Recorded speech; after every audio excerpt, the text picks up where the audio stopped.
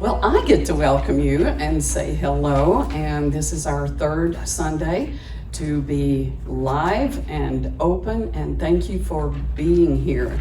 It looks pretty much like a full house almost, so we'll keep affirming that those who want to be here will be led here, and those who've yet to discover what a gym this is will discover it.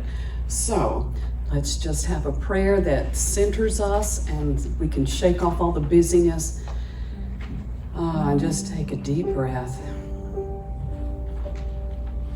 And our prayer this morning is, thank you, God. Thank you for the miracle and the mystery. We are guided by your wisdom and healed by your divine love. So in our minds and hearts, we may bring into our interview those who've asked for our prayer support, those who are grieving, those who are healing, and those who are bewildered. We know we are held in the palm of your hand, and all is well. So thank you for this coming together to reaffirm our oneness and our faith. So it is, and so we let it be. Amen. If you feel comfortable, please join me in singing Pieces Every Step. It's in your bulletins.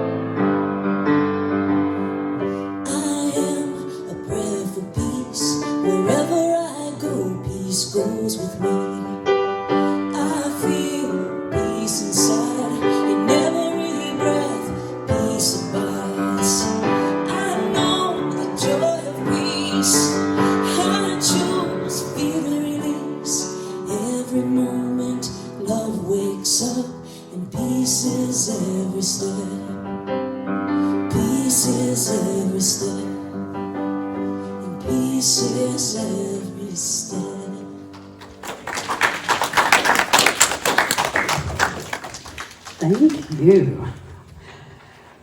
Okay, a few announcements. In your bulletin are our standing guidelines for the time being. We have a weekly healing prayer circle at 11 o'clock, and all are invited. All you have to do is show up. And then a special announcement is that today is Lynn and Mark's anniversary. So we want to wish them happy anniversary and many, many, many more. Okay, let's stand for our opening statement.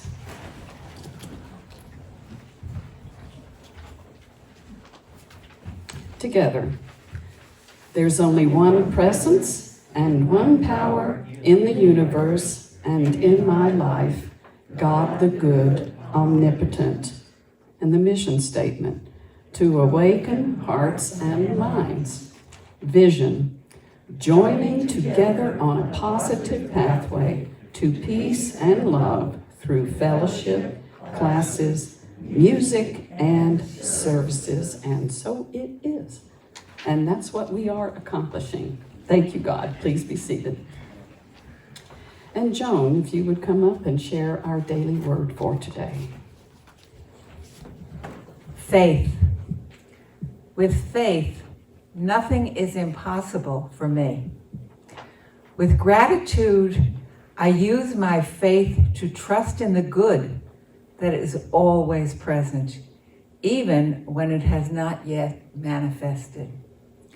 As I pray with faith, I discern the truth that always endures, though through even the most difficult circumstances. As I concentrate on harmony and love, all thoughts of lack, limitation, and discord simply dissolve. As I speak with faith, I use positive words to express my belief in myself and others as divine beings. As I act with faith, I access deep, lasting strength and fortitude that help me surmount any challenges. Inspired by my faith, I move forward with confidence. Nothing is impossible for me. And from Matthew 17:20, if you have faith the size of a mustard seed, you will say to this mountain, move from here to there, and it will move, and nothing will be impossible for you.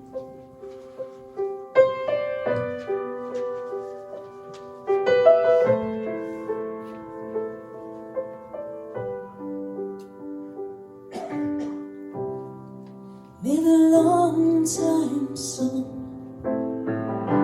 shine upon you.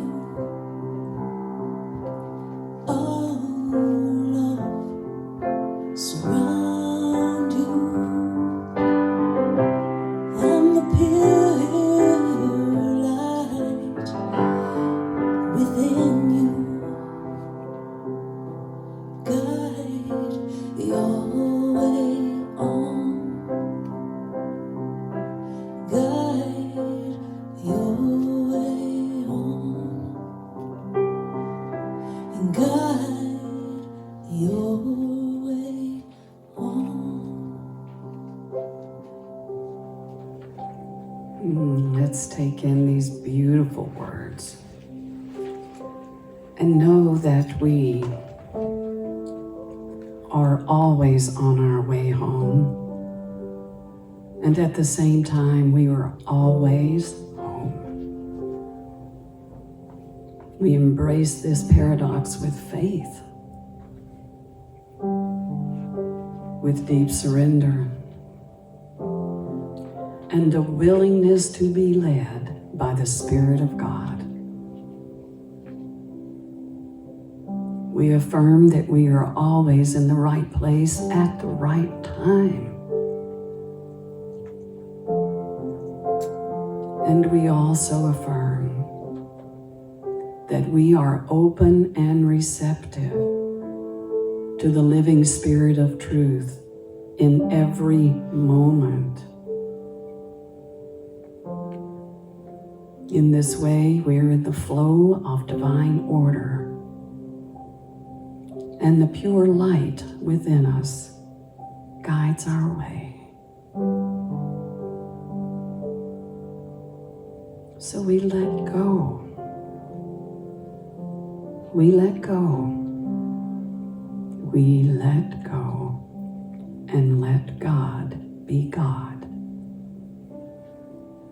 Let us rest a moment in the silence and just feel the presence in your heart, your body, in this room.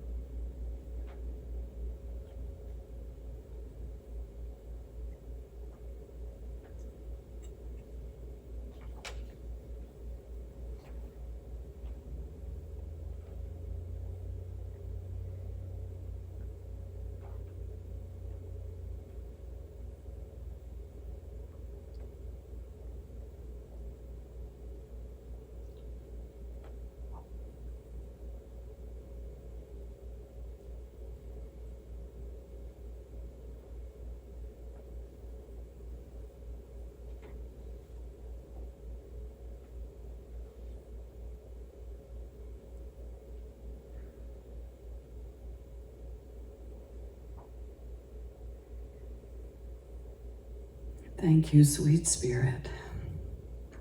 How pleasant it is to live together in unity. We are one.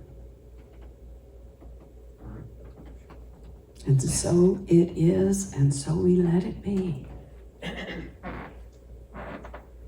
Amen, amen, and amen.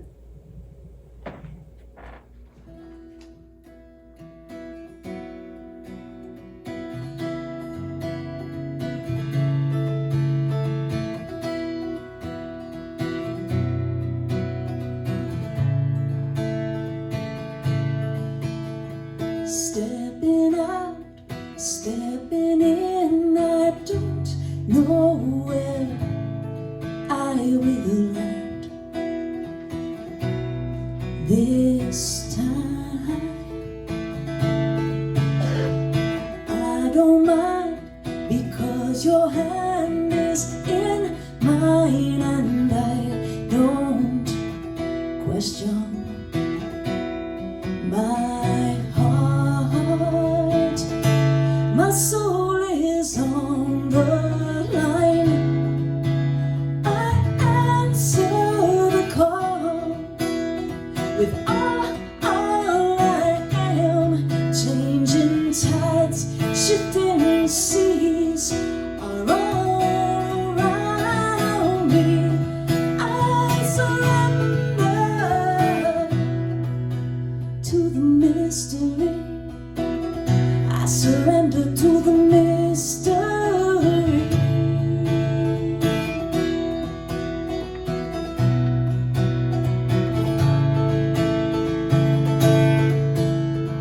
Breathing out, breathing in, I feel the breath of life flowing through me.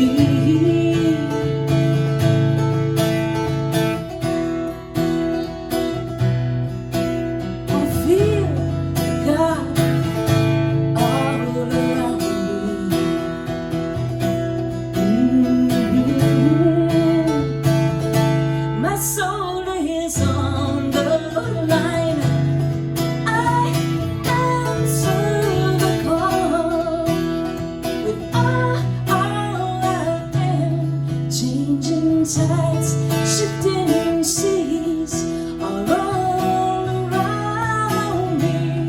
I surrender to the mystery. I surrender to the mystery.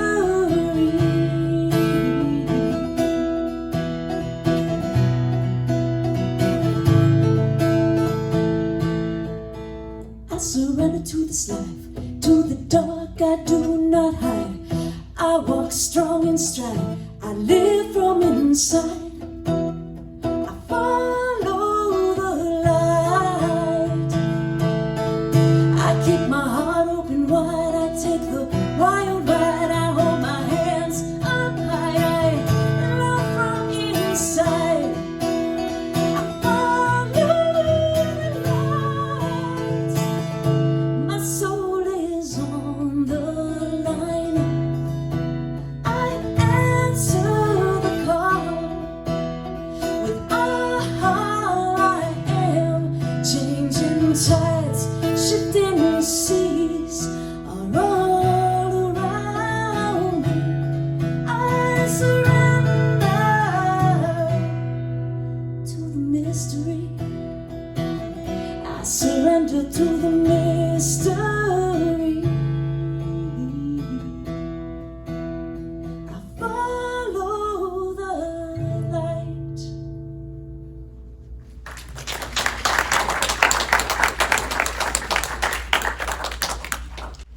Thank you, Amber.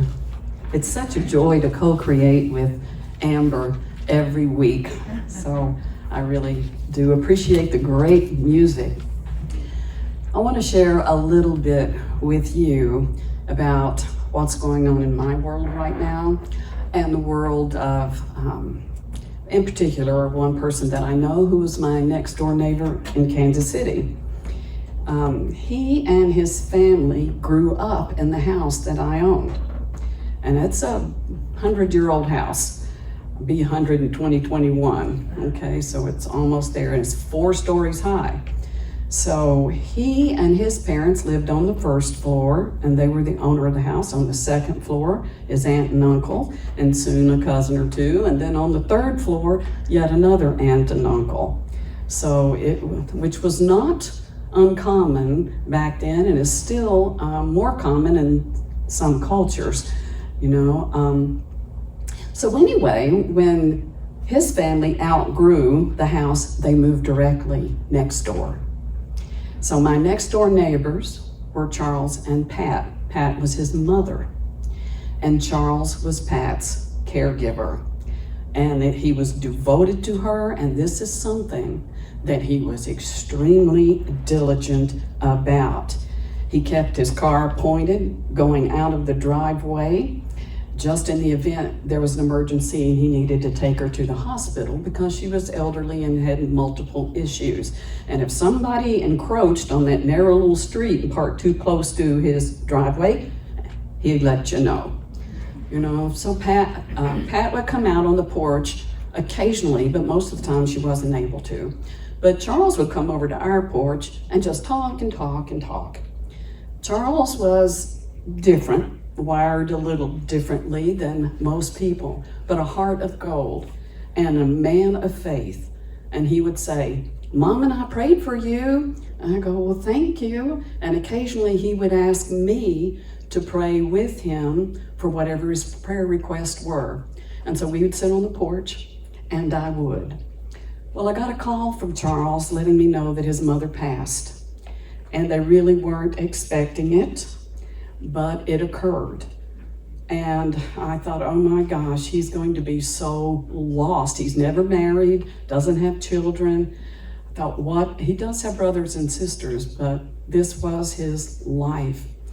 So he called and he talked to me, and that was such a sweet thing. It brought tears to my eyes, not because of Pat's passing, but because he said, "You and Phil were such good friends, really good friends. And as you know, I don't have a lot of friends. So if I call you a friend, that means something." You know, naturally, it just got me. So I keep him in my prayers. And if, even though you've never met him and don't know him, in your prayers, if the name Charles comes up, just send him prayers of peace and adjustment in the days to come. You know, we think death is a mystery. And it is, but the big mystery is also life. You know, what is going on here?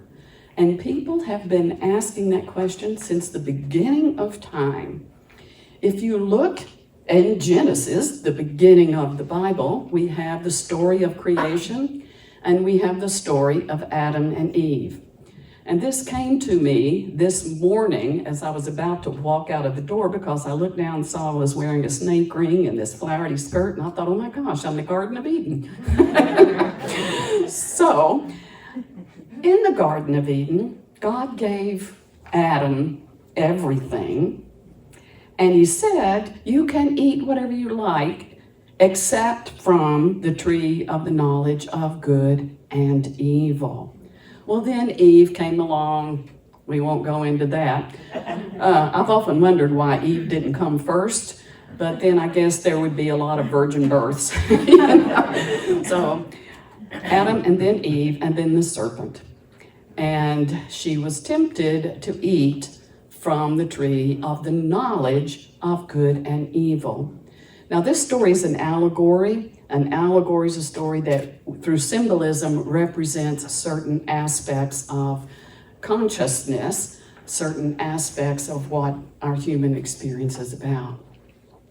Prior to eating of that, everything was harmonious, everything was one presence and one power. And then with the knowledge of good and evil, we have the birth of duality. I like it, I don't like it. Good, bad. You know, we have all of this dualistic thinking. So much so that the allegorical God appeared and said, you know what, from now on, your life is going to be a hell. You're going to have to toil for all of the good to come to you and all kinds of stuff. In other words, you're being booted out of the Garden of Eden. So here we are with our dualistic thinking, right? We live in a dualistic world, and it's played out all around us. The highest dualism is a paradox.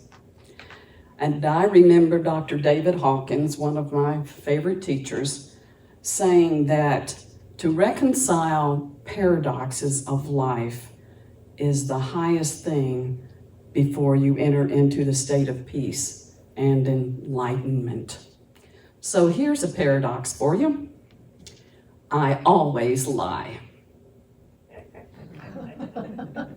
True or false? Yeah, exactly. Exactly. Because if that's true, then what I just said is false. I don't always lie, right? That was a lie. Oh, and sometimes we just don't see the paradoxes. We cannot see both sides of an experience. We cannot see a different perspective other than our own. A lot of times we don't want to embrace the mystery of life, the little mysteries, because that would mean we don't have control. And that is a scary thing. But if we can learn to live with mystery, if we can learn to be comfortable in this moment with all of its unanswered questions, then we will enter into a place of deep humility brought on by surrender to God. I always know what I need to know when I need to know it. In our lyrics to a song, I think by Karen Taylor Good, and Stowe Good, yes. So anyway, being in that place of humility, then we realize, I know that I don't know. I know that I don't know. What I have is a collection of opinions based on appearances, a collection of judgments based on appearances, and a collection of beliefs based on the past and what I've learned and what I've read and who I've talked to and so on and so forth. But all of that doesn't make anything the truth. It doesn't make anything so. So once I can be in the place of, I know that I don't know, then a true faith emerges. A true faith emerges. So, what is faith? Well, the Apostle Paul said, it's the evidence of things hoped for, the substance of things not seen. I love that definition. If you've got faith, you've got evidence. You've got the substance of whatever it is you're questioning, and it's coming to the surface. With your faith, you're drawing it into manifestation. Charles Fillmore, our co-founder of Unity, said, faith is the perceiving power of the mind with the ability to shape substance. Well, here we are, substance again. What exactly is this substance? I don't know, but I know I don't know. But my opinion is, it's what we're discovering in quantum theory. Because we know that our thoughts attract into manifestation our experiences. And a corresponding vibration of what we carry in our hearts manifests.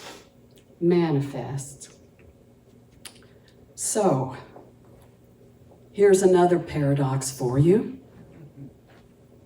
We are divine spiritual beings, and we're also human beings. Oh, okay. That's the paradox of a lifetime. So, how do we live with this paradox? How do we reconcile this paradox? Well, for me, I would say I have to redefine what it means to be a human being. What it means to be a human being. To be a human being is a real gift. It is an absolute gift. There is so much power going on in the mysteries of our minds and how thoughts come to us and the creative power of imagination.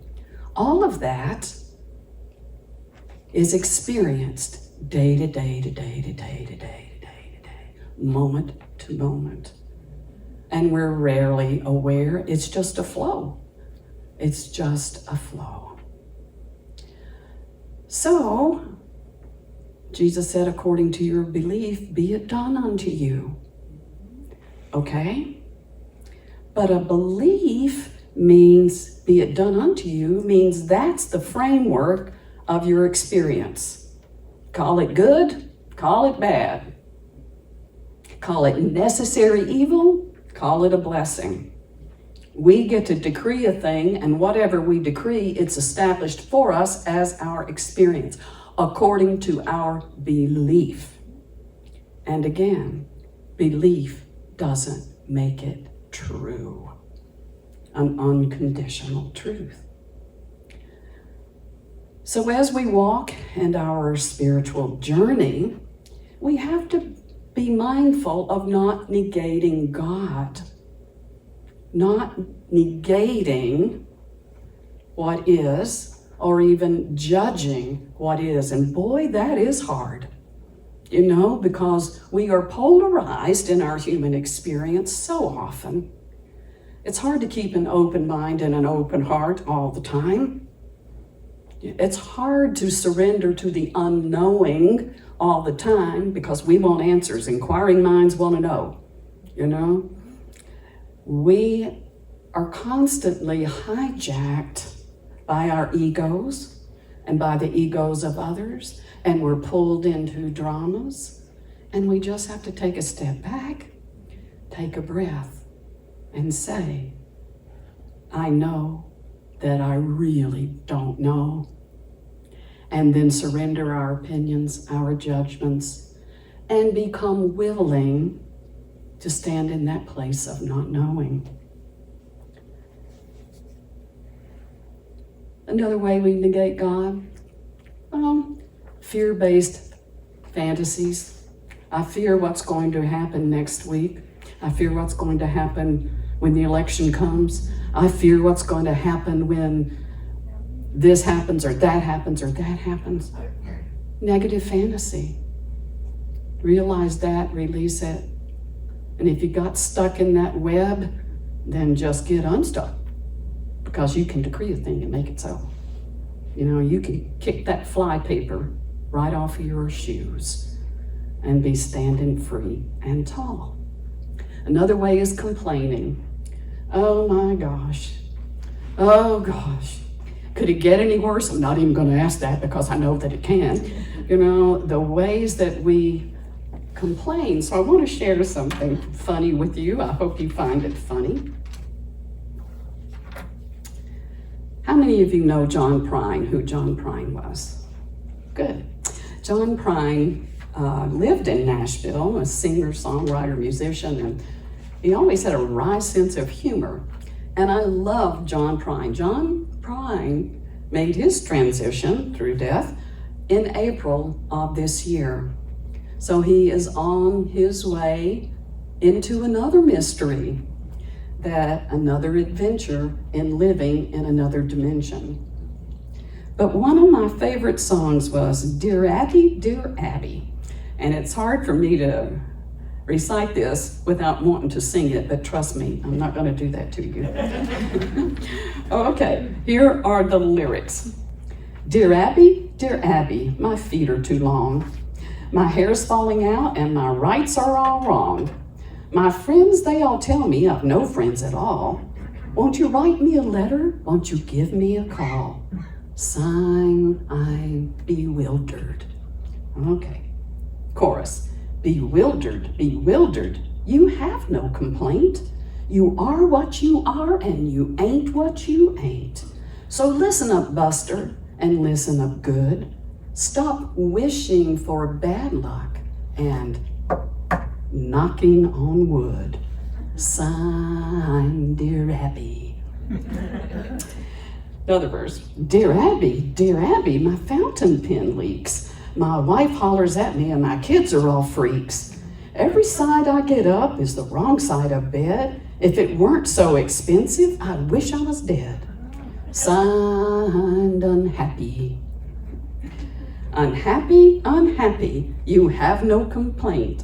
You are what you are and you ain't what you ain't. So listen up, Buster, and listen up good. Stop wishing for bad luck and knocking on wood.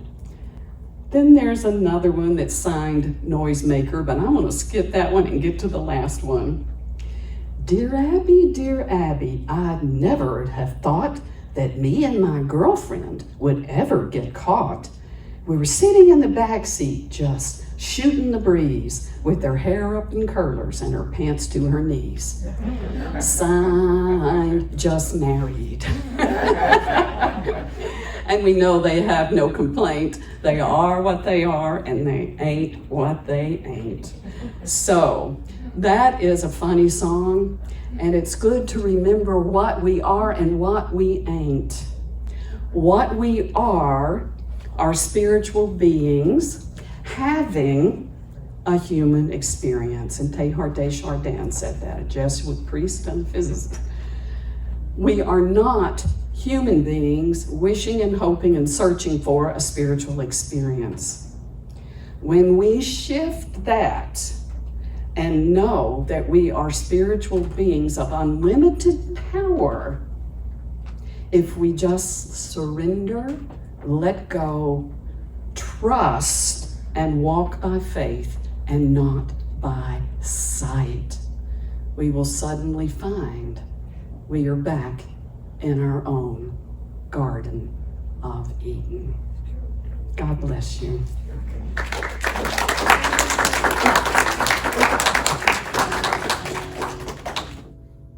If you know this song, please join me. This is a very common, popular unity song. I release, now let go. Let the Spirit run my life. My heart is open wide. Yes, I'm only here for God. No more struggle, no more strife. With my faith, I see the light. I am free in the Spirit. Yes, I'm only here for God. One more time. I release and I let go. Let the Spirit run my life. My heart is open wide. Yes, I'm only here for God. No more struggle, no more strife. With my faith, I see the light. I am free in the Spirit. Yes, I'm only here for God. I am free in the Spirit.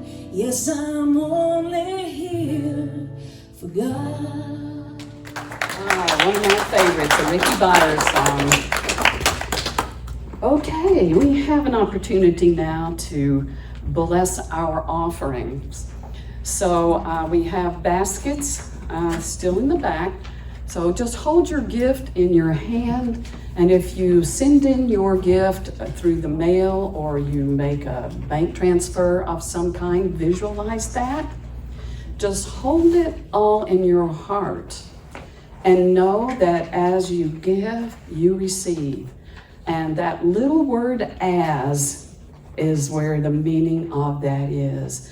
In the nature in which you give is what you give back, what you will get back. So you know the affirmation. Let's say it together.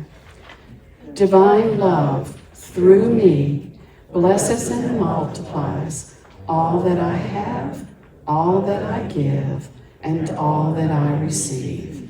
And I am grateful. And so it is. It is established for us in this day. As we give in the nature of love, we receive the love. And we bless this offering now to do the work of this ministry so that Unity in the Valley is a blessing for all and lifts the vibration of the entire planet because of its existence here and now. And so it is. Amen. Okay, well, this concludes our service for this morning. And we will stand and sing Let There Be Peace on Earth. We will say our prayer for protection. And then from the back, coming forward, we exit the building.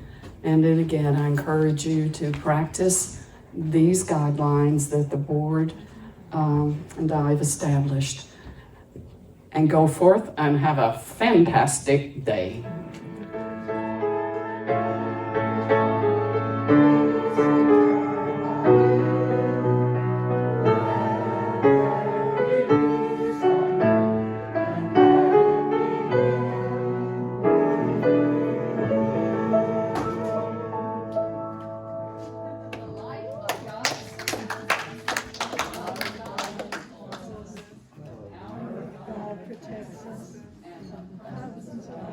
Happy anniversary.